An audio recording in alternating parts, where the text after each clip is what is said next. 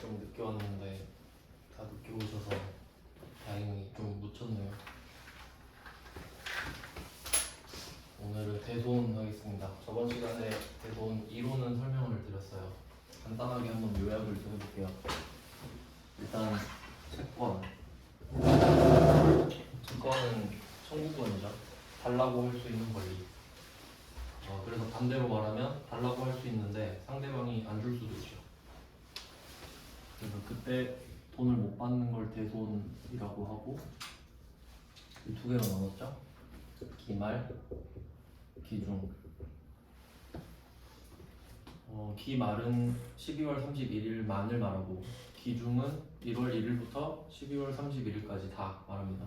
그럼 기말은 대손 추정을 하기로 했어요. 대손 추정은 아무 때나 할 수 있거든요. 아무 때나 할 수 있기 때문에 12월 31일에 하기로 한 거죠.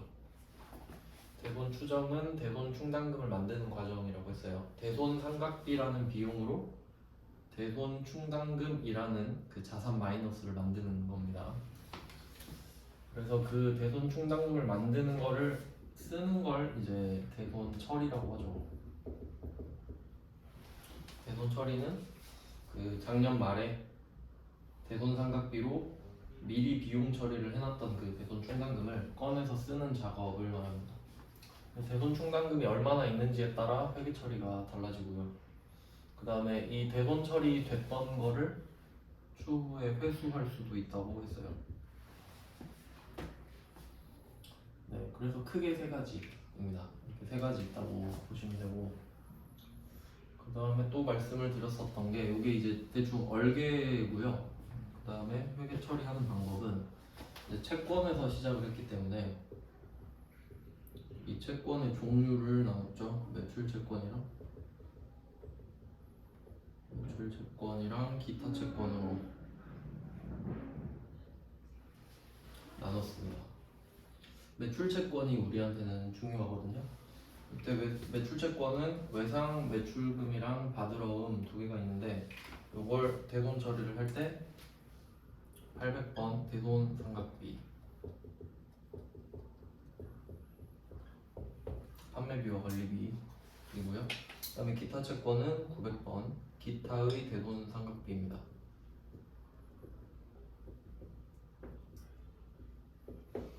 900번 이렇게 넣어줘요. 이걸 저번에 설명을 드렸었어요. 이거 가지고 문제를 풀면 됩니다. 이게 있으면 문제를 다 풀 수 있어요. 그래서 응용은 어떻게 하시는 거냐면, 그 대손 추정이 대손 삼각비라는 비용으로 대손 충당금을 만드는 작업이라고 했는데, 이 대손 삼각비는 비용이고 대손 충당금은 자산의 마이너스, 자산 감소예요. 못 받았다고 생각하니까.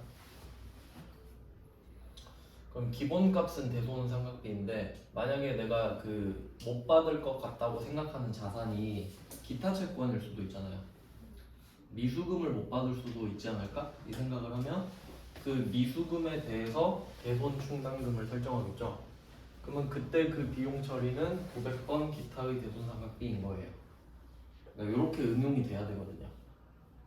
알겠죠? 그러니까 이거는 기본 패턴이에요. 그러니까 대손 삼각비라는 비용으로 대손 충당금을 만드는 패턴은 기본이에요. 그럼 이제 생각을 해보면, 우리가 갖고 있는 채권의 종류가 외상 매출금, 받으러금, 미수금, 대여금, 선급금 이렇게 5개 있었거든요. 그러면 대손 충당금이 5개는 있어요, 최소.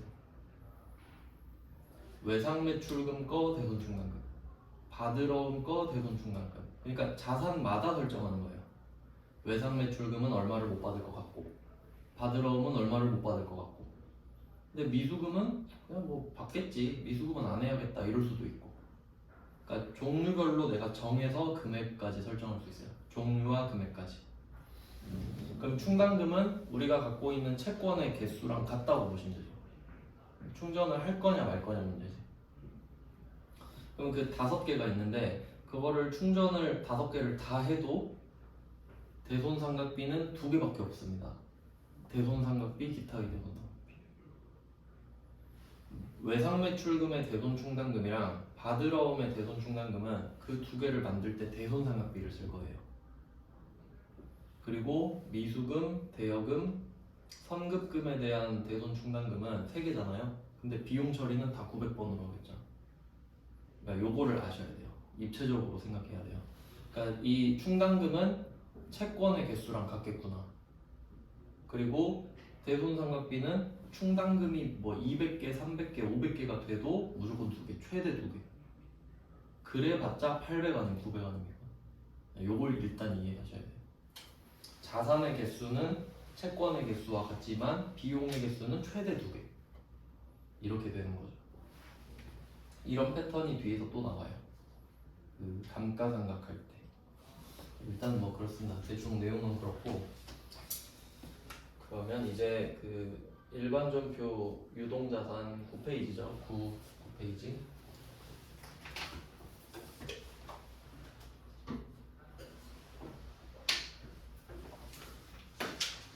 대손. 대손 회계라고 해도 되고 그냥 대손이라고 해도 되고요. 뭔지만 알면 됩니다. 그럼 이것도 3개로 나눌 거거든요. 3개로. 왜? 3개로 나누냐? 대손 추정, 대손 처리, 회수가 있으니까요. 그러니까 미리 항상 얼개를 잡고 봐야 돼요. 그럼 대손 추정부터 찾아볼게요. 그 12월 31일이죠? 기말에 하는 거니까 12월 31일 것만 찾으면 되죠. 52번 12월 31일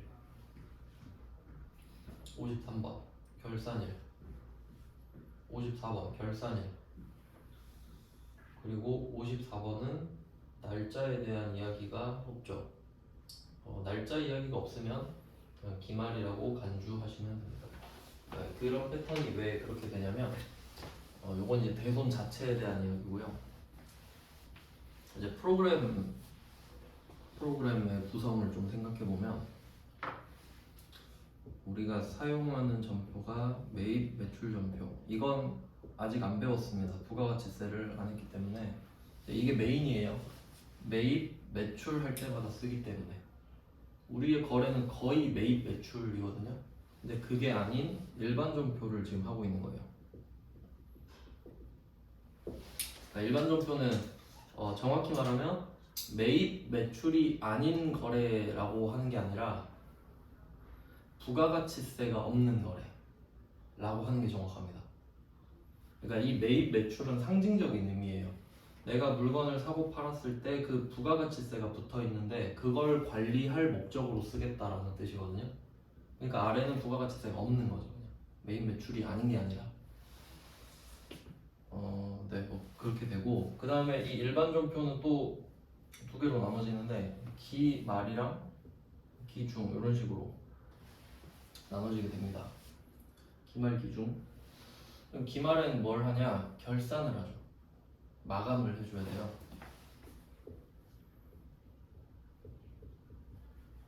(12월 31일에) 그래서 여러분이 시험 보러 가면은 시험지에 일반 전표 문제가 6개가 나와요. 일반 전표 6개, 매입 매출 전표도 6개고 그러면 그 6문제는 기중으로 나옵니다. 보통. 그러니까 12월 31일이 아닌 일반 전표 6개인 거죠. 그럼 그 말은 12월 31일을 안 낸다는 소린데 일반 전표에는. 왜냐하면 결산이라는 문제로 따로 빼서 결산을 3문제를 따로 냅니다. 근데 결국에 그 결산 문제도 일반 전표 문제죠. 그러니까 일반 전표가 9문제인 겁니다, 사실. 근데 그냥 날짜로 구분을 해놓은 거예요. 기, 중 6문제, 기, 말 3문제 이렇게. 아시겠죠? 그러면 이 결산은 또 어떻게 되냐면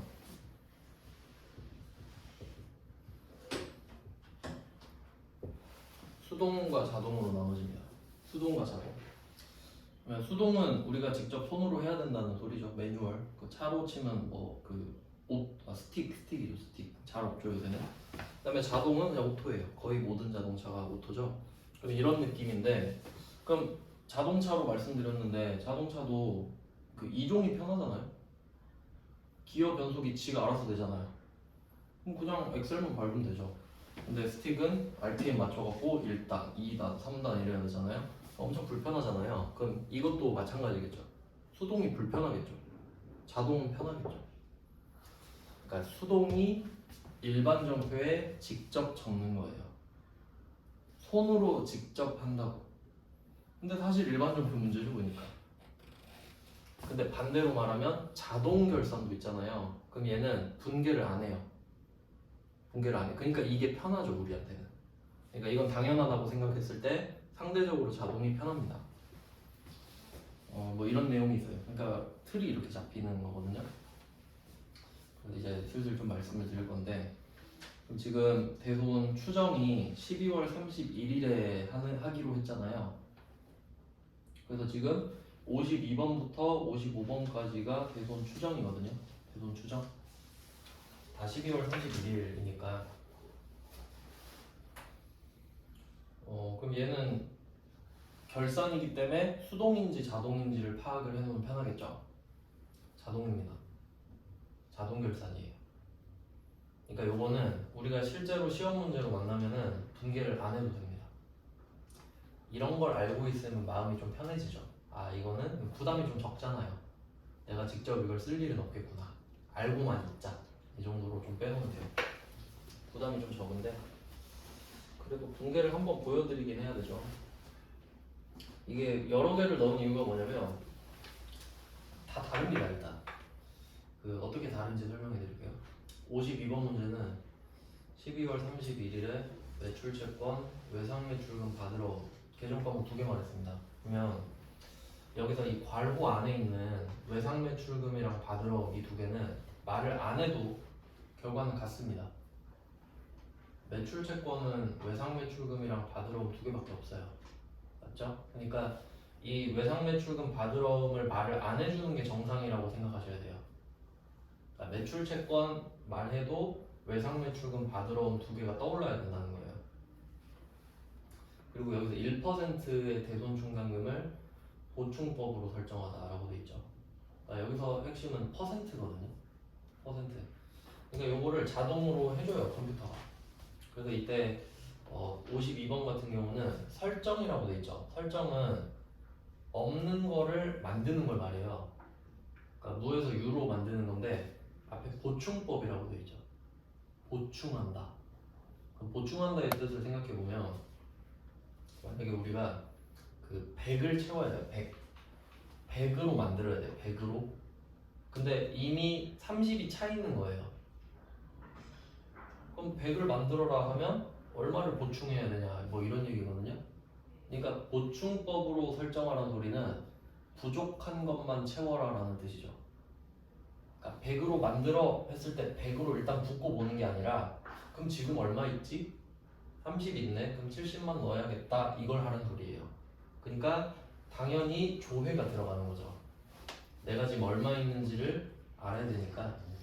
근데 이 1%라고 돼 있는데 컴퓨터가 계산을 해줍니다 그냥. 그래서 분개를 할 필요는 없는 거고요. 그래서 52번은 가장 기본적인 문제 더하는 문제고요. 그 다음에 53번도 똑같아 보이거든요. 얘는 외상매출금만 말했죠. 이런 게 차이예요. 2개냐 1개냐. 외상매출금이니까 외상매출금 확인하고 1% 얘도 1%죠. 이걸 가지고 보충법에 따라서 설정해라 이렇게 돼 있거든요. 근데 얘는 이미 많아요. 예를 들면 방금처럼 100으로 만들어라 라고 했거든요. 100으로 만들어라 했는데 조회를 해보니까 110인 거야 이미. 그럴 수도 있겠죠. 그럼 빼야겠죠. 그래서 얘는 결과적으로 마이너스를 하는 게 답이거든요. 근데 어차피 똑같아요. 한번 잘 보면은 당구장 표시 있죠. 이건 여기서는 이 말이 중요해요.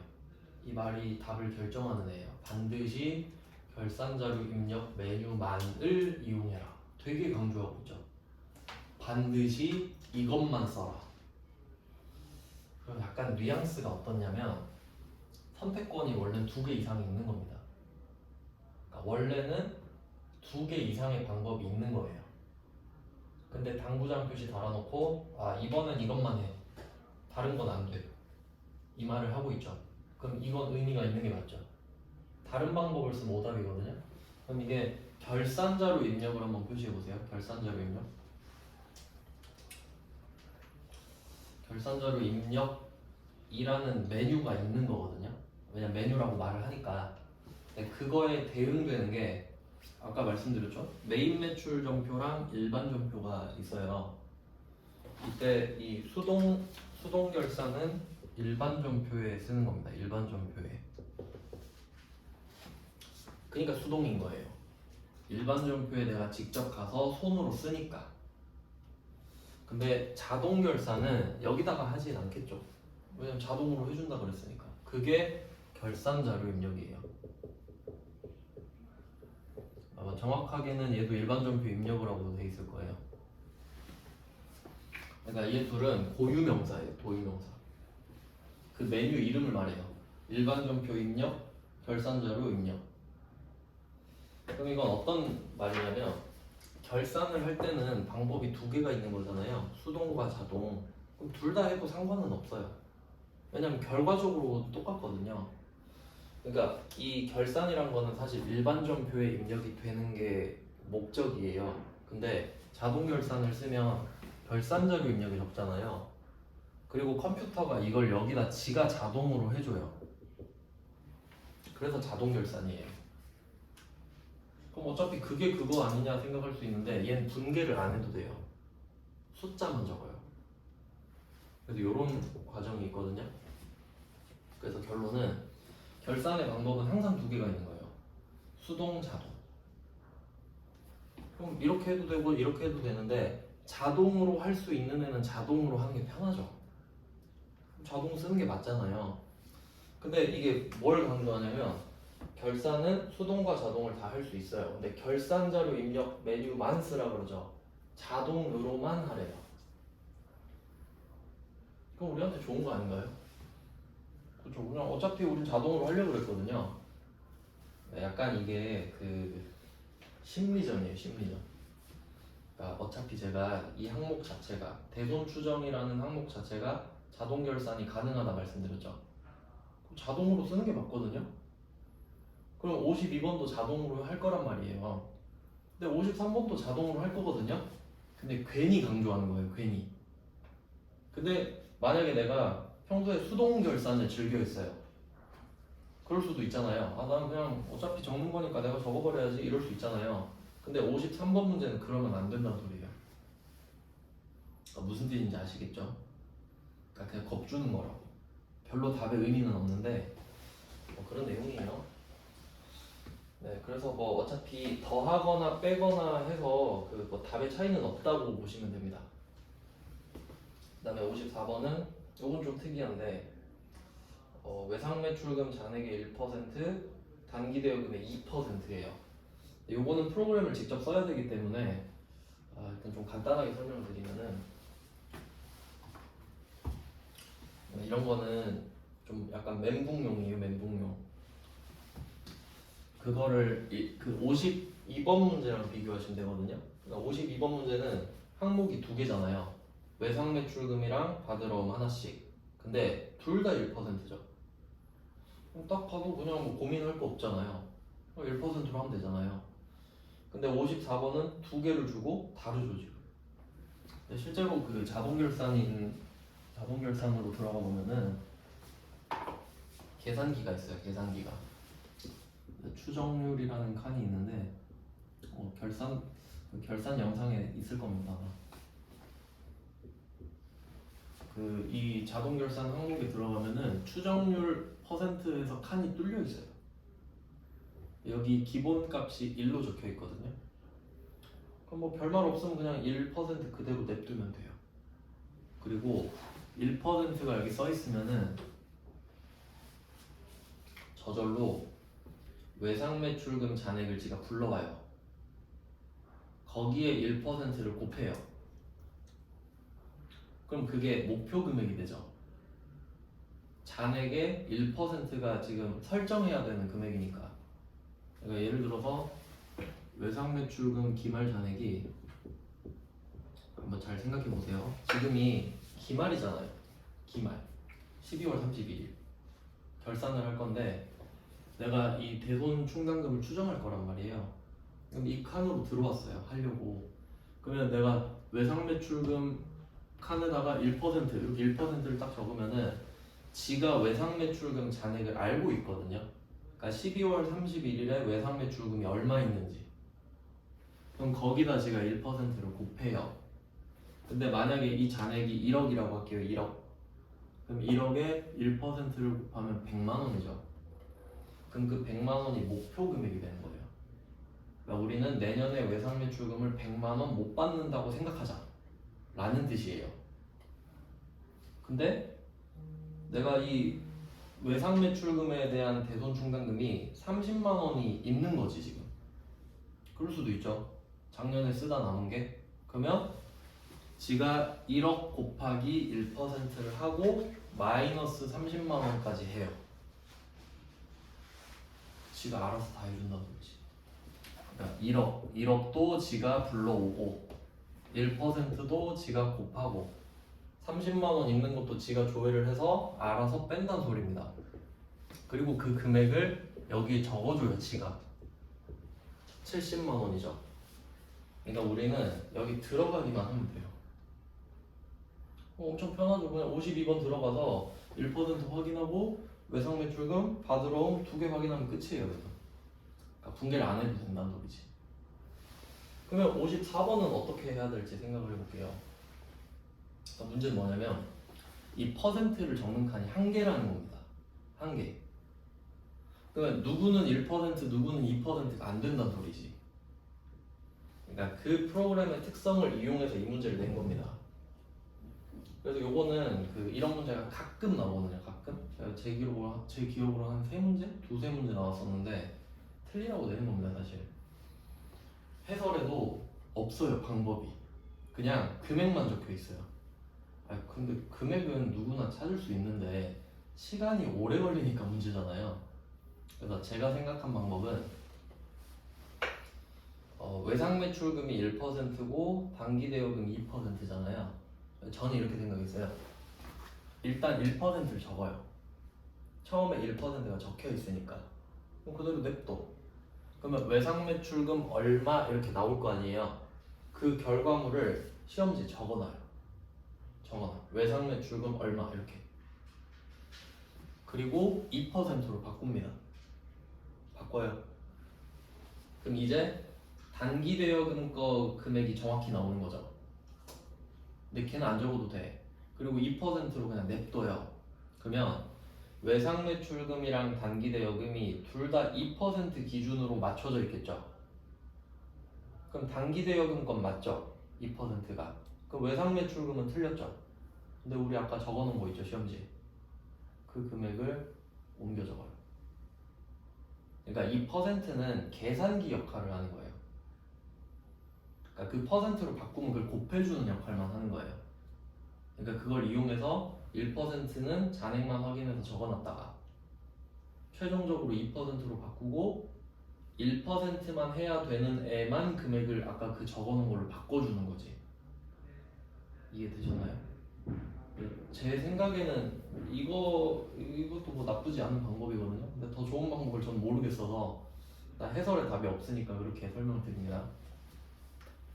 그러니까 52번이 너무 쉬우니까 53번, 54번처럼 변주를 주는 거예요. 너무 단조로우니까 답이. 그래서 뭐 그거는 결산 영상에 나와 있을 거예요 아마. 그 다음에 55번은 세무 읽을 거고 이거는 절대 안 나옵니다. 우리한테 절대로 안 나와요. 세무 읽을 거는.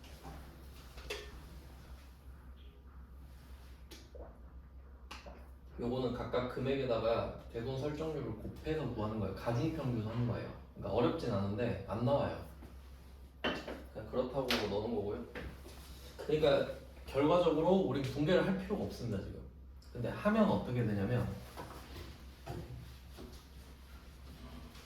이걸 지가 해주면 결과적으로 일반전표에 적히긴 하거든요. 이제 그걸 보여드리면은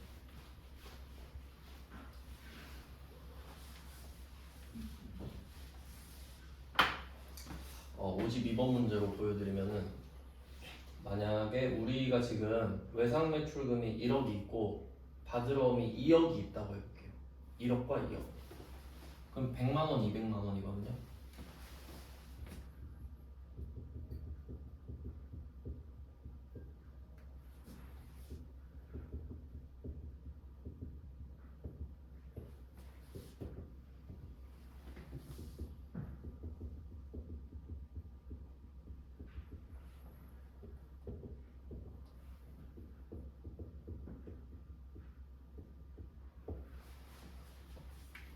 이렇게 돼요. 직접 적으면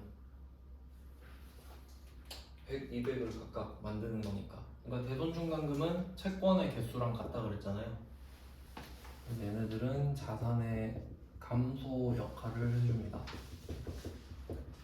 그러니까 이만큼 돈을 못 받은 게 되는 거예요. 실제로 못 받은 건 아니지만 못 받았다고 치는 거죠.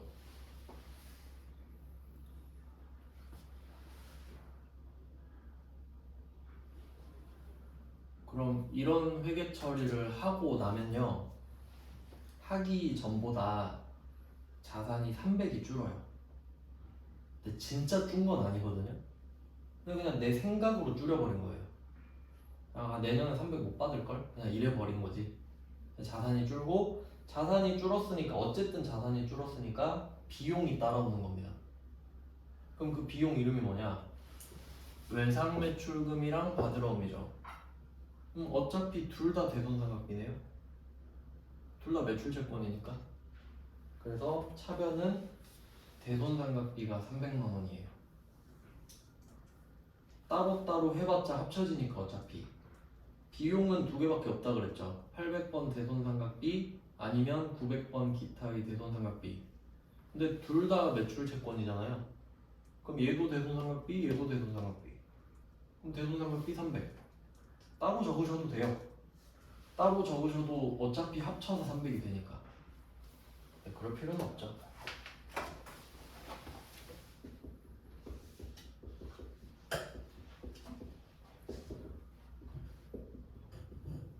합쳐지는 겁니다.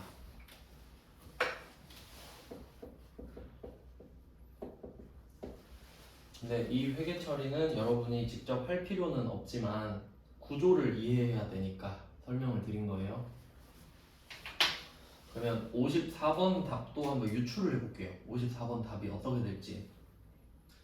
금액은 모릅니다, 우리가 지금. 그냥 x, x 이렇게 쓰면 돼요. 이럴 때는 100, 200 써도 되고. 54번은 외상매출금이 1%고 단기대여금이 2%잖아요. 그러면 결과적으로 외상매출금에 대한 대손충당금 하나 생기고 단기대여금에 대한 대손충당금이 또 하나 생기겠죠. 채권마다 충당금이 있으니까. 그럼 하나하나가 생겨요. 근데 외상매출금은 매출채권이에요. 그럼 얘는 대손상각비. 단기대여금은 기타채권이거든요. 그럼 이 금액은 기타의 대손상각비. 이렇게 간다는 거죠. 아시겠죠? 근데 대손 추정 같은 경우는 뭐 컴퓨터가 저절로 하니까, 근데 그래도 원리를 알아놓자 하는 겁니다. 그러니까 차변과 대변을 좀 이원화해서 생각해야 되죠.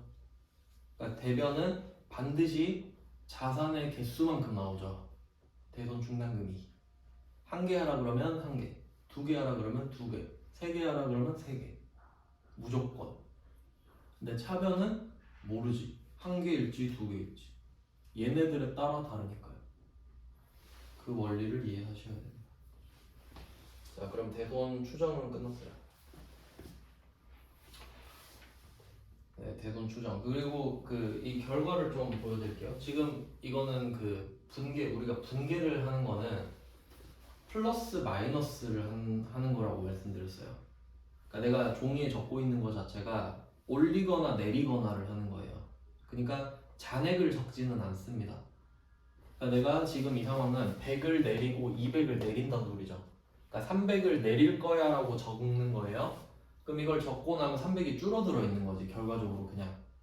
근데 그 결과물을 내가 따로 적진 않는다는 겁니다. 알아서 적혀 있으니까. 장부각을 만들고 있으니까요, 저절로. 그러니까 이걸 하면 300이 줄어들어 있죠. 그럼 이때 외상매출금만 가지고 좀 설명을 드릴게요. 그럼 12월 31일에 장부에 외상 매출금이 1억 원이 있다고 할게요. 외상 매출금이 1억 원 이렇게 써 있어요. 1억. 그럼 1%죠 지금. 그러니까 왜 저거를 대손충당금이라는 애를 따로 쓰냐면 여기서 만약에 외상 매출금을 아예 줄여버릴 수도 있잖아요. 그러니까 내가 외상 매출금을 100만 원을 못 받을 것 같아요. 지금 내 생각에. 그러면 어차피 못 받을 거니까 그냥 100만 원 줄여버려야지 이럴 수도 있잖아요. 그러면 일단 안 되는 이유가 첫 번째는 대상이 불확실해요. 그러니까 누가 100만 원을 안 갚을지 어떻게 알아요? 그러니까 외상 매출금을 못 받는다라고 할 거면 A한테 100만 원을 못 받았다 라고 하든지 B한테 100만 원을 못 받았다 라고 해야 되거든요. 근데 지금은 그냥 100만 원 정도 못 받을 것 같은데 이거잖아요. 그러니까 대상을 지정할 수가 없죠. 그러니까 외상 매출금 100만 원을 줄일 수가 없는 거예요. 일단 대상이 확실하지 않으니까. 그리고 두 번째는 다 받을 수도 있잖아요. 1억 원을 다 받을 수도 있잖아요. 근데 미리 100만 원 줄여놨는데 그럼 9,900이죠. 그럼 내가 9,900을 만들어 놨는데 1억을 다 받아버린 거예요.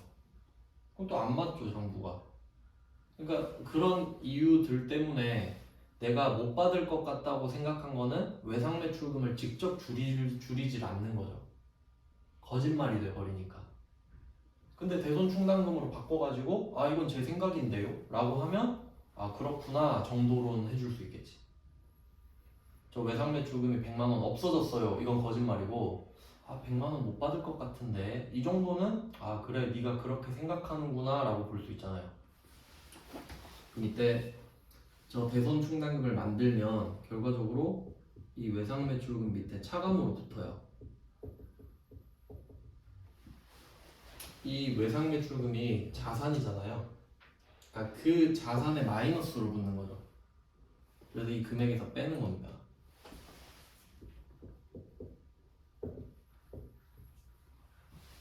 이렇게 되거든요. 그러니까 마이너스예요, 바로가.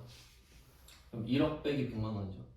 그러면 이렇게 빼고 나서 순수하게 남은 금액 9,900이죠 지금. 이 금액을 장부 금액이라고 해요. 이제 회계 공부를 하다 보면은 이런 장부 금액이라는 개념이 많이 나와요. 그러니까 차감 계정이라고 하거든요. 그러니까 특정 계정 과목에 붙어서 기생충처럼 붙어서 대신 깎여주는 거예요. 그러니까 외상 매출금이 직접 깎이는 게 아니라 대손충당금이라는 애가 얘를 따라다녀요. 그리고 얘가 대신 마이너스 역할만 해주는 거예요. 그러니까 얘 둘은 항상 세트인 거지. 졸졸졸 따라다니면서. 그러니까 이 대손충당금은 좀 외상 매출금의 가오를 좀 살려주는 애예요. 그러니까 금액 자체 얘는 안 줄어들잖아요. 근데 지가 대신 깎여주니까. 그러니까 험한 일은 지가 다 해주는 겁니다. 그럼 이렇게 해서 근데 얘 둘이 붙어 다니면 우리는 이렇게 볼 수 있어야죠. 외상 매출금은 9,900 정도를 기대하고 있구나. 이렇게 해석을 하시는 겁니다. 장부를 볼 때. 그래서 가끔씩 이제 말장난을 치는 게 장부 금액을 부를 때, 장부 금액을 지칭할 때 순장부 금액 이렇게 말할 때가 있거든요. 그 이유는 장부 금액 개념 자체가 순수한 금액이죠.